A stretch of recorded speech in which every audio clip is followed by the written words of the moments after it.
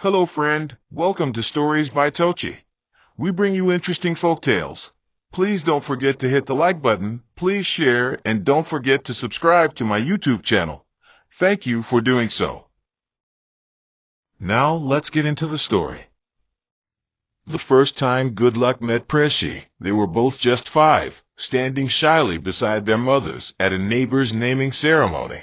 The sun that day had been hot and unkind, and while the other children dashed about in dusty slippers, the two girls clung tightly to their mother's wrappers, eyes darting, unsure of each other. But something passed between them when Good Luck's mother gently nudged her forward to offer her Rubina to the quiet, wide-eyed girl beside her. Pressy took it, smiled faintly, and said thank you in a small voice.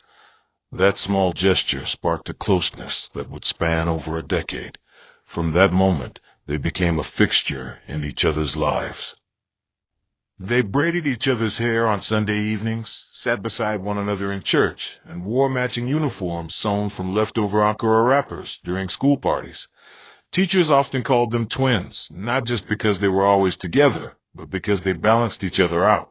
Good Luck with her soft voice and curious questions, and Pressy with her sharp eyes and quick, bold laughter. Their bond grew through the quiet days of childhood and stretched into adolescence, tested by nothing more than school fights and the occasional competition over who scored higher in exams. Good Luck's world was stable, cushioned by the quiet luxury of her father's success. Their house had marble floors and a water dispenser, and the generator never slept.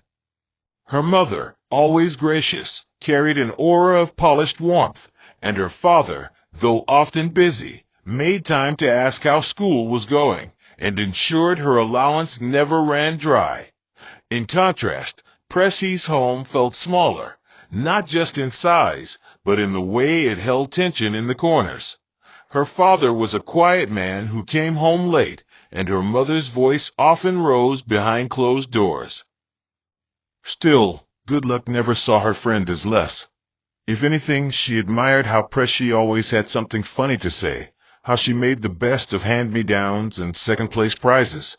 When Good Luck's parents brought extra snacks or textbooks, it was natural to share. And Pressy never refused, but never begged either. She had pride, and Good Luck respected that. Even as they entered their teenage years, and their bodies changed, and the world asked more complicated questions of them, their friendship remained untouched by rivalry or secrets, at least on the surface. They dreamed aloud together, often lying on Good Luck's bed with a shared bowl of chin-chin between them, speaking of future careers and university life in cities far from home. They imagined adulthood as an open, glittering road they would walk side by side. Pressy would be a TV presenter, she once said, her eyes sparkling with excitement, while Good Luck thought maybe law or international relations. There were no warnings, no cracks, just promises spoken under dusty ceiling fans, between shared laughter and long evenings. But behind the smiles, something unspoken lingered, something that had no name yet. Not jealousy, not resentment, just the soft awareness that while their bond was real, their lives were not the same, and sometimes even the closest hearts beat differently when no one is watching. The morning they moved into the lodge, the sky was a soft gray, the kind that felt like it had held back rain overnight and still hadn't decided if it would let it fall.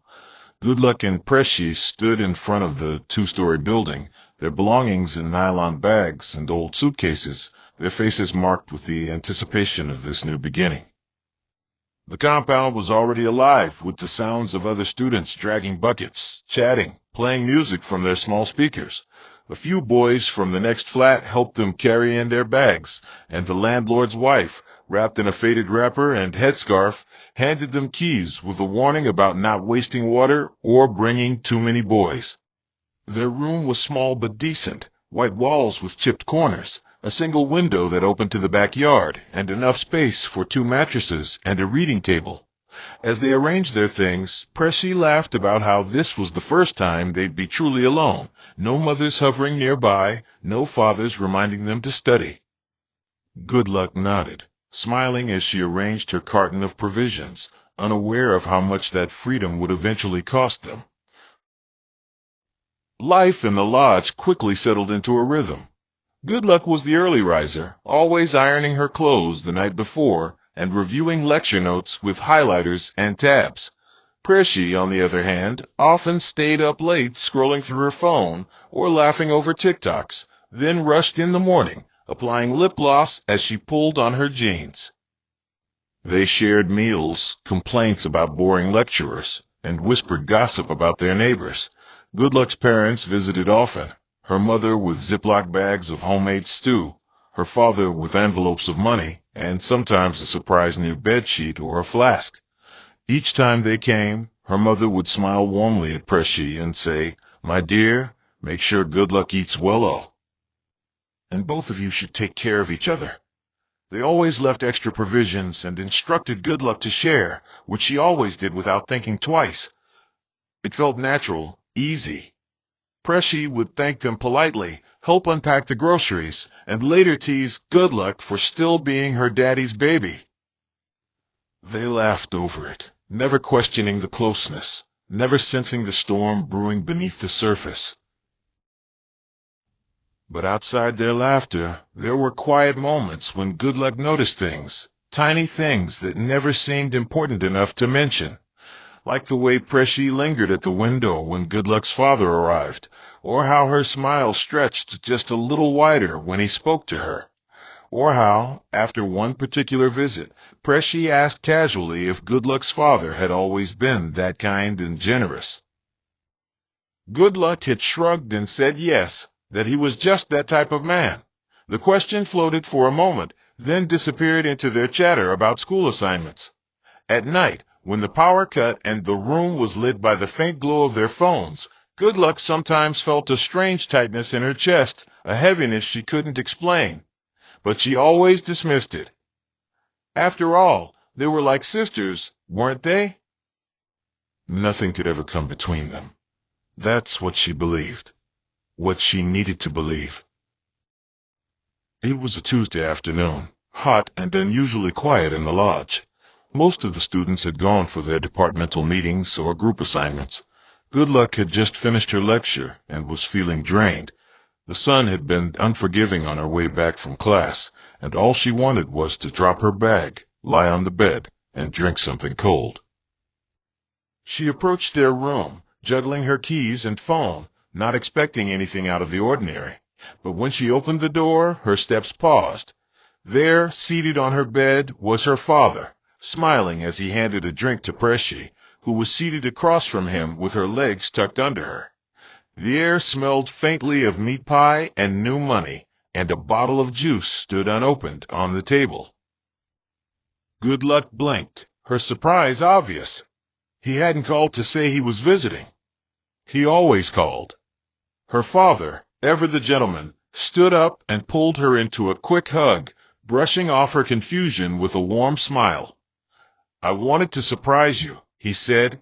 "Thought you girls might need a little check-in." Good Luck nodded slowly, still absorbing the scene. She wasn't upset, just off balance. It wasn't unusual for him to check up on her, but there was something different about walking in and seeing him already engaged in a conversation with Pressy, both of them looking comfortable, almost too familiar. Pressy didn't act flustered either. She grinned and got up, offering Good Luck the meat pie her father had brought. The conversation that followed was light, how school was going, if they needed anything, the usual parental chat. He handed Good Luck a thick envelope and told her to manage it well. "And share with your sister here," he added, gesturing to Pressy. Then he winked and said he had to rush back to the office. He left as quickly as he came. Good Luck stood by the door after he drove off, her mind lingering on the oddness of it all, not alarming, but not exactly comforting either. Pressy acted like everything was normal, even teased Good Luck about the surprise gift, then went back to folding her clothes as if nothing had just shifted in the atmosphere.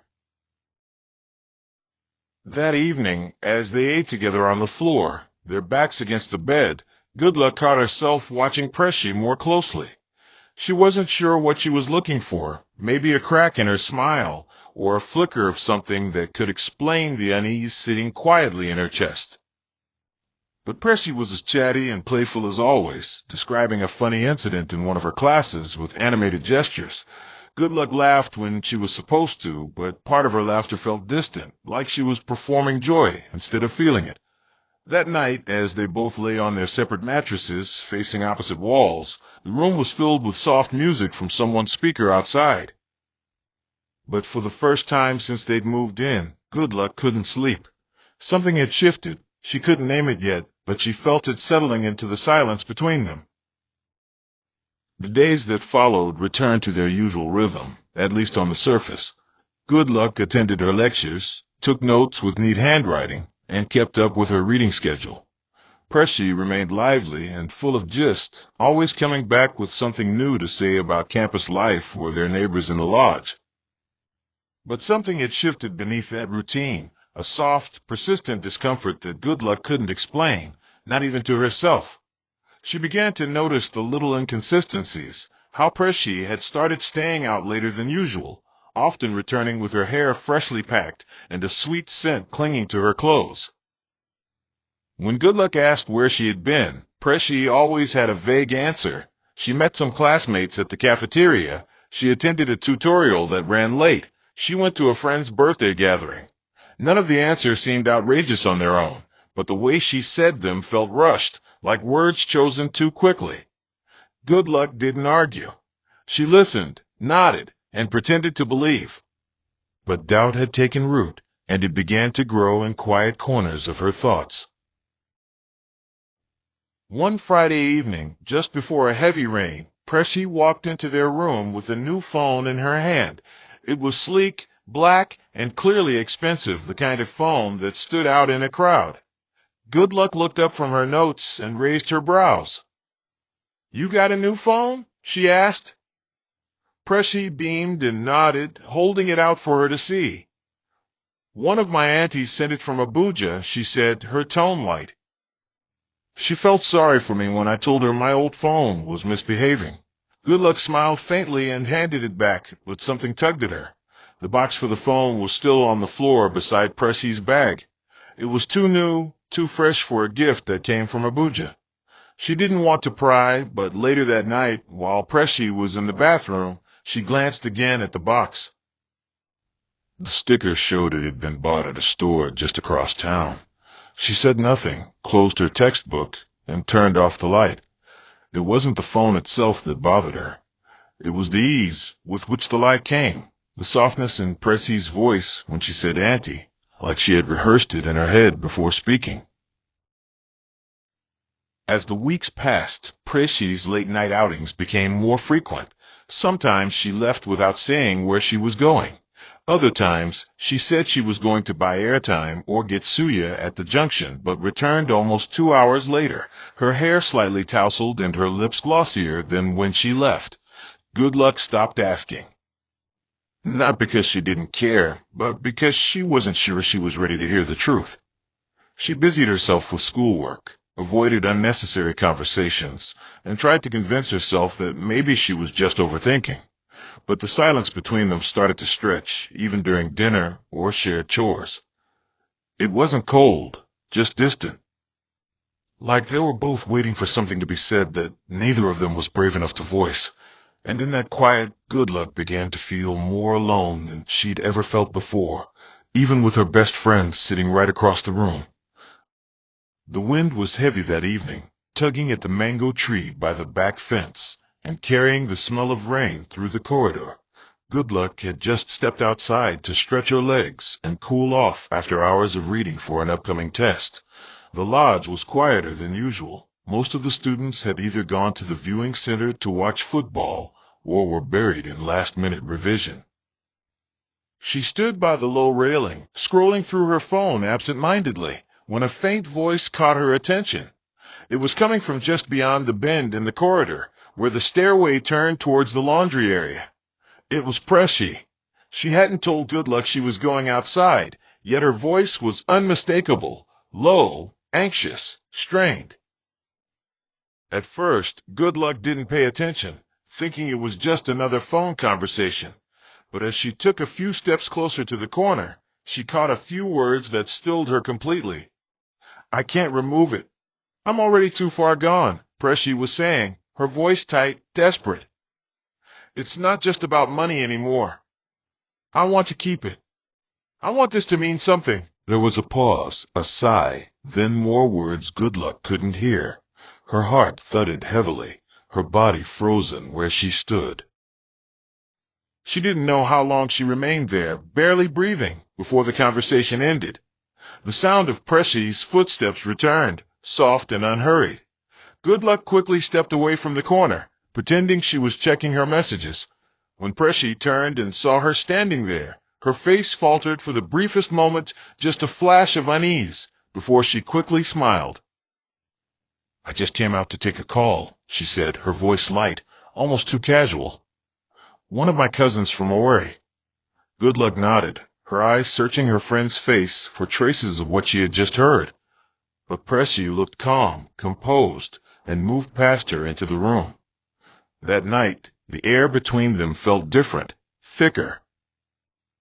Goodluck lay on her bed pretending to read, her mind replaying the words she had overheard. Pregnant, refusing to abort, wanting to be married. None of it made sense. Pressy had never mentioned a boyfriend. There had been no signs. And the voice on the other end of the call, she hadn't heard it, but the silence in between Pressy's words had felt weighty, like someone important was listening. The next morning, Pressy moved as if nothing had happened. She bathed, dressed, and applied her lip gloss in front of the mirror, humming to herself.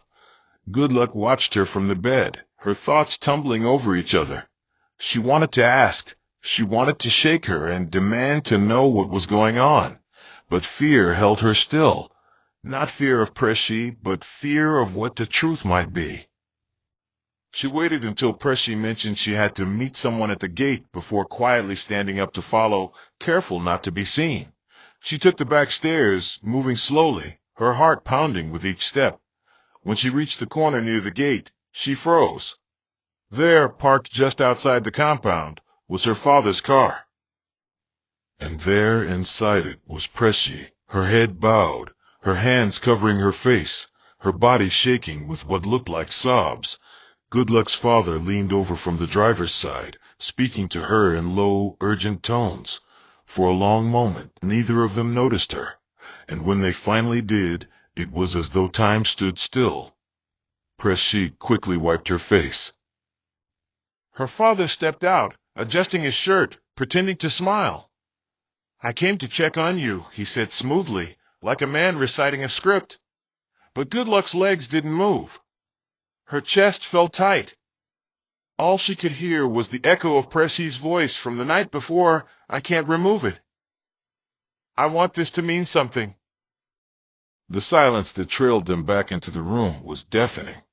Goodluck walked ahead without saying a word, her steps deliberate, her heart pounding too loudly in her ears to think straight. Pressy came in behind her, slowly, quietly, as though the weight of being seen had drained her of speech.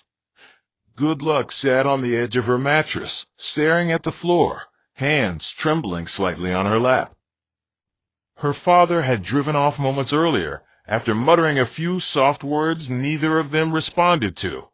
The image of Pressy in his car, crying, vulnerable, clung to her vision like a smudge she couldn't blink away.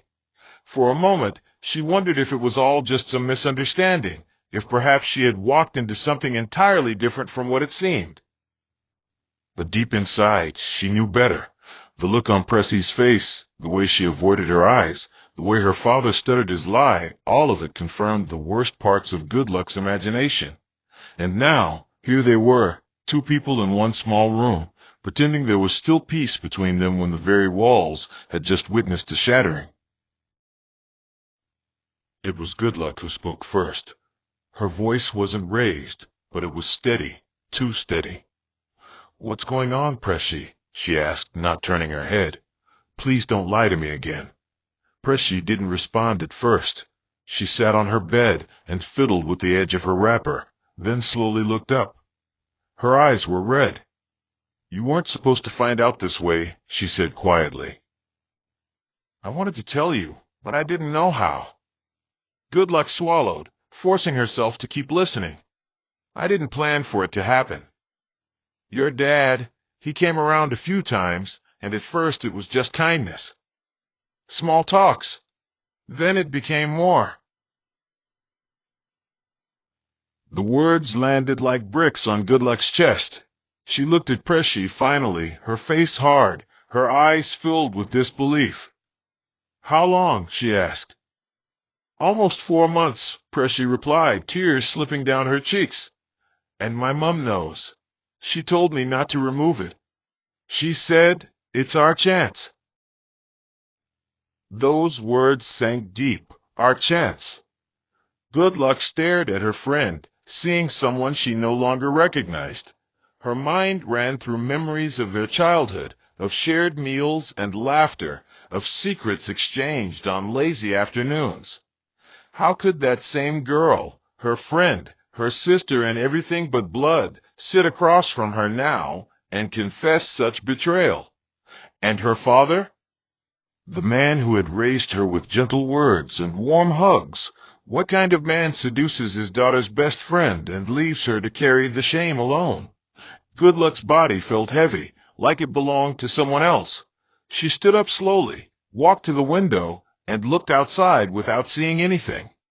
"You slept with my father," she said, more to herself than to Pressy. "And your mother helped you do it." Behind her, Pressy sobbed silently, no longer offering explanations.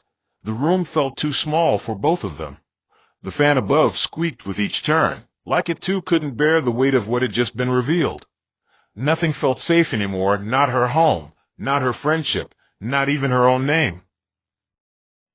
The days that followed unraveled with a coldness Good Luck had never known before.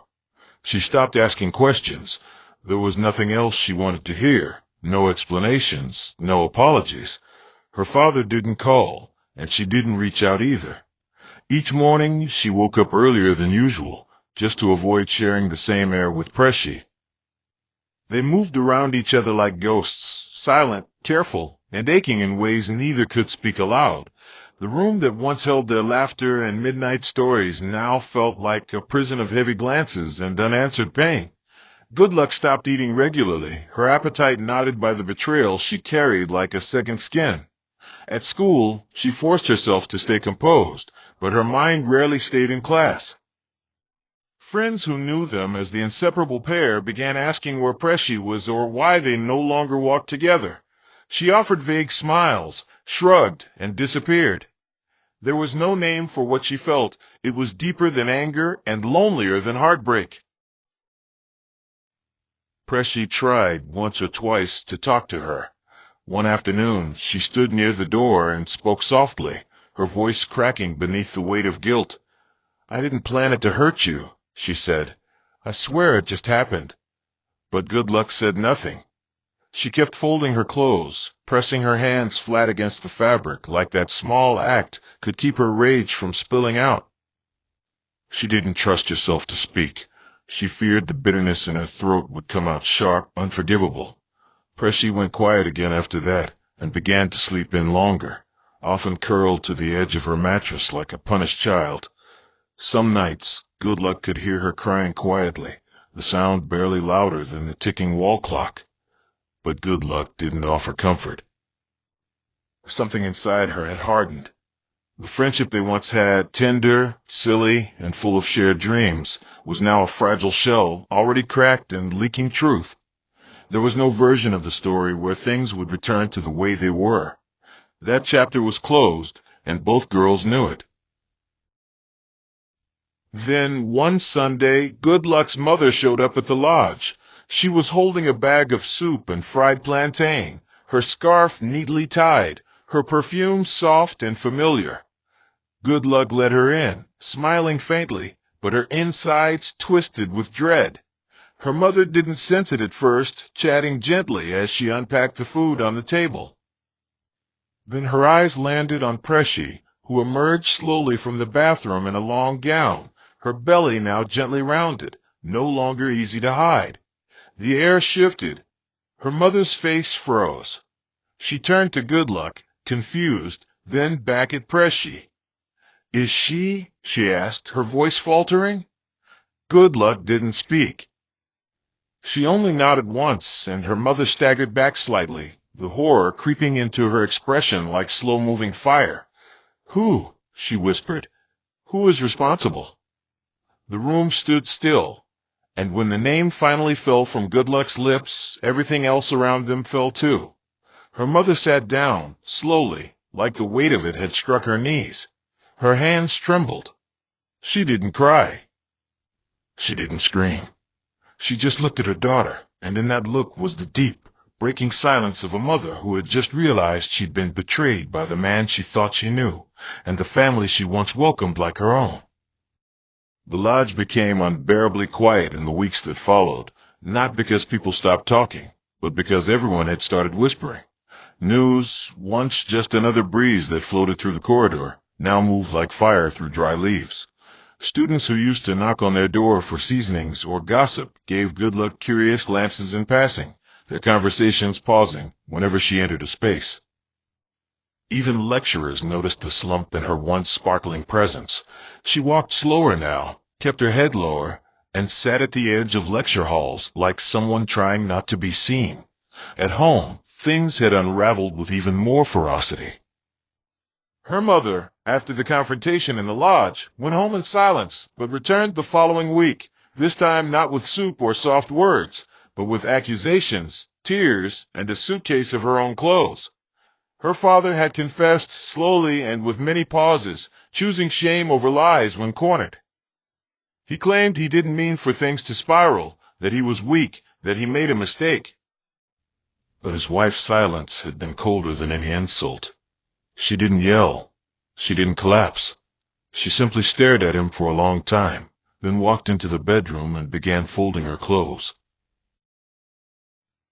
At the lodge, Pressy hardly came out anymore. She ate less, slept longer, and kept the curtains closed all day. There was no more music from her phone, no more idle chatter.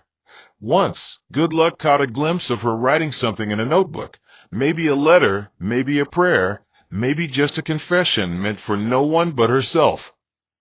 They no longer exchanged greetings. They moved like two strangers trapped in a shared space. Sometimes, late at night, Good Luck thought about confronting her again, asking her how it all truly began, why she let it go so far. But she never did. What was the point? There was no explanation that could fix what had already been destroyed.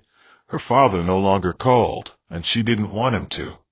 Not now.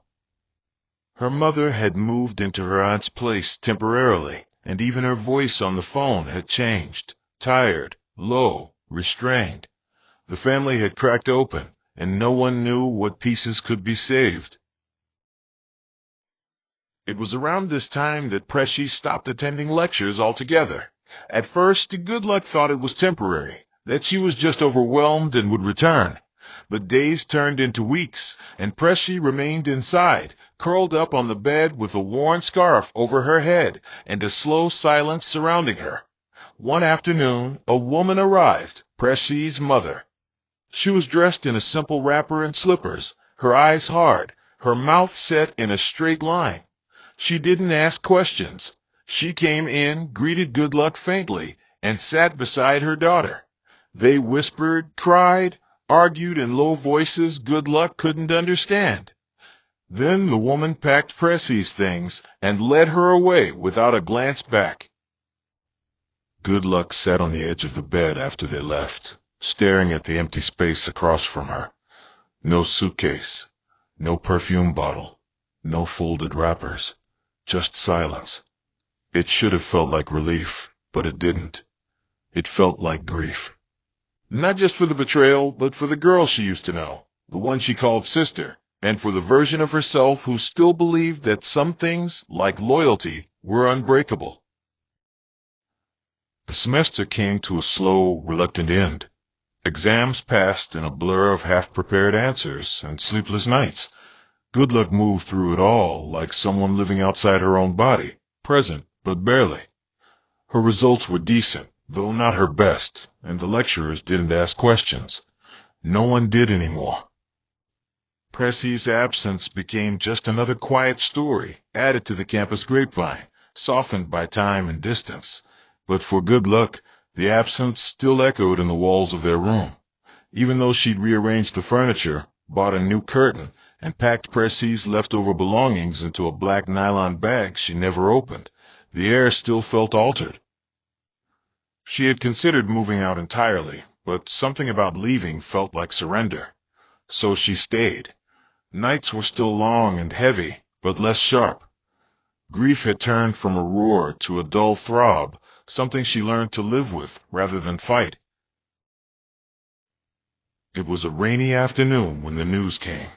She had been in the campus library when her phone lit up with a message from one of their childhood friends, Ada.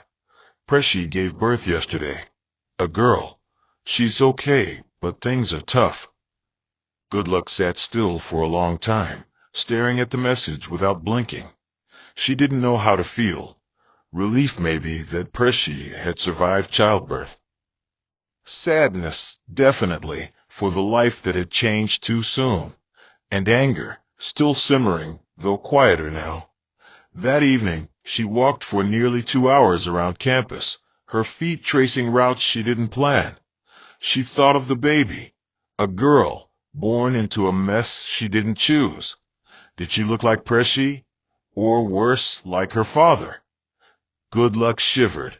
The image was too painful. Back in the room, she stared at the ceiling for a long time. She didn't cry. She just felt tired. Tired of disappointment. Tired of pretending she hadn't been wounded in a place too deep for words. Weeks later, word spread that Pressy had dropped out of school. No formal announcement, just quiet confirmation from those who knew someone who knew.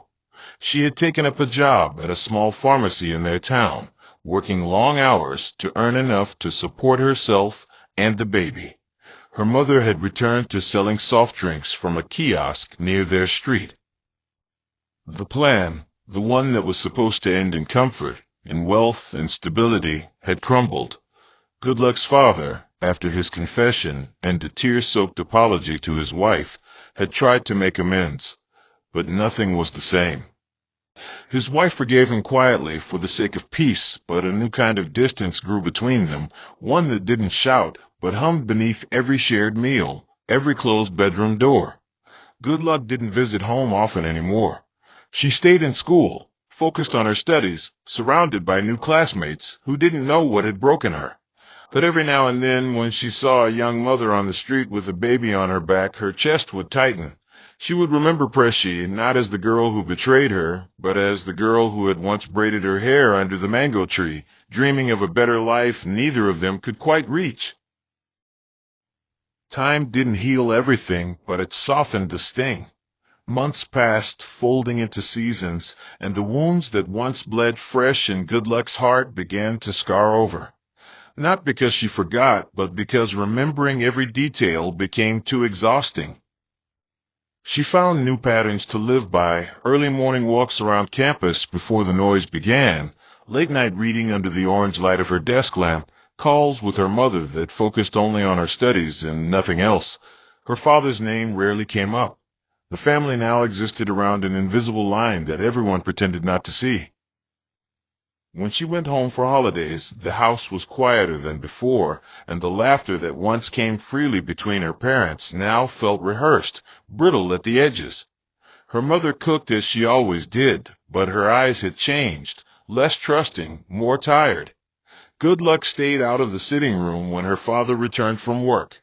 She greeted him politely, but that was all. There were no more long evening chats, no more playful questions about her day. Some bonds, once broken, didn't return to what they were. They simply reshaped, colder and thinner. In the stillness of her days, Goodluck thought often of the child, not with hate, and not with warmth either, just with quiet wonder. A baby girl, born into a tangled history she had no part in choosing. She wondered if she had Pressy's round face or her father's eyes, if she liked to be rocked to sleep, or if she cried at the sound of thunder like Good Luck once did as a child. The questions floated in her mind like autumn dust, unsettling, but never landing. She never reached out to Pressy, though she sometimes scrolled past her page on Facebook, where there were only two photos, one of the baby wrapped in a faded pink shawl, and another of Pressy holding her tightly at the market stall. They both looked tired, older, worn by choices. Sometimes, Good Luck would linger on the photos longer than she meant to, then close her phone with a sigh. She didn't hate Pressy anymore. The anger had burned out, leaving only something like sorrow. Not pity. Just the slow, aching knowledge of all that was lost, trust, innocence, and something that once looked like forever. Graduation drew near. Good Luck stood with a few of her classmates at the university courtyard one evening, the air filled with soft conversation and the scent of distant fried akara. The sky was low, the kind of dusk that felt like a quiet curtain call. She listened to the others talk about jobs, plans, dreams. And she smiled, not because she was entirely okay, but because she had learned how to exist with the pain. It hadn't left her, but it had taught her that people were not always what they seemed, that even love could be weaponized, and that sometimes survival was simply choosing to keep moving, even when your heart didn't want to. As she walked back to her room for the last time that semester, she paused outside the door, hand on the key. For a moment she let herself remember it all, the laughter, the betrayal, the silence. Then she unlocked it, stepped inside, and turned on the light. The room didn't feel heavy anymore. It just felt like hers. Graduation came with the sound of flashbulbs and laughter, but Good Luck moved through it quietly, like someone watching a film of their own life from a distance. She wore the black gown, pinned her cap carefully, and posed for pictures with classmates she barely knew outside lecture halls. Her smile was soft, practiced, more for those around her than for herself. When her name was called during the convocation ceremony, she walked across the stage with grace, collected the certificate, and nodded at the applause. Her mother sat proudly in the crowd, eyes glistening, clapping louder than anyone else. Her father was not there. He had asked to come. He had sent messages, long and careful, filled with the kind of apologies that came too late. Good Luck had thanked him and told him not to worry, but she didn't mean the words. She simply didn't want the shadow of his presence to linger on a day she had fought so hard to reach.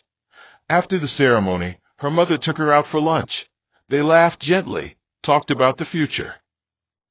But even in the lightness of their conversation, there were things neither of them touched, memories they had both chosen to leave behind. Back in her now nearly empty lodge room, Good Luck began to pack her belongings one by one. Her books, her kettle, the pillow that had long since lost its fluff. She worked in silence, each item a thread tied to the years she had lived there, years that had reshaped her more than any textbook or exam ever could. She paused by the window once, looking out at the corridor where neighbors used to chat late into the night, where she once waited for Pressy to return. Now the space felt smaller, quieter, like it too had grown weary of holding other people's memories. She folded her clothes carefully, placing them into her bag without rush, as though honoring each item with a final goodbye. There was a small shoebox under the bed that she had forgotten about. Inside it were old lodge photos, some faded, some still vibrant. One of them showed her and Pressy, arms linked, their cheeks pressed together in a smile so wide it almost looked unreal now.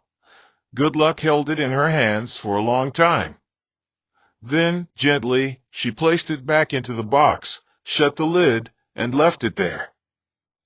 Some things, she decided, belonged to the past entirely. As she stepped outside the room for the last time, locking the door with a slow twist of the key, Good Luck felt no tears, no sudden flood of emotion, just stillness. She didn't know what the future would look like, where she would live, what job she would get, how long it would take to stop checking her phone at night for messages that would never come. But she felt stronger now, not whole, maybe, but wiser. As she wheeled her bag down the narrow corridor and out into the sun, a soft breeze met her face. It carried no voices, no secrets, only the promise of movement. She didn't look back. Not at the room, not at the walls that had once held everything. She simply walked forward, step by step, into a new chapter. Whatever it held, she would meet it with the strength born from surviving everything that nearly broke her. Hope you enjoyed this interesting story. Please don't forget to like, share, and subscribe to my channel. See you again in my next story.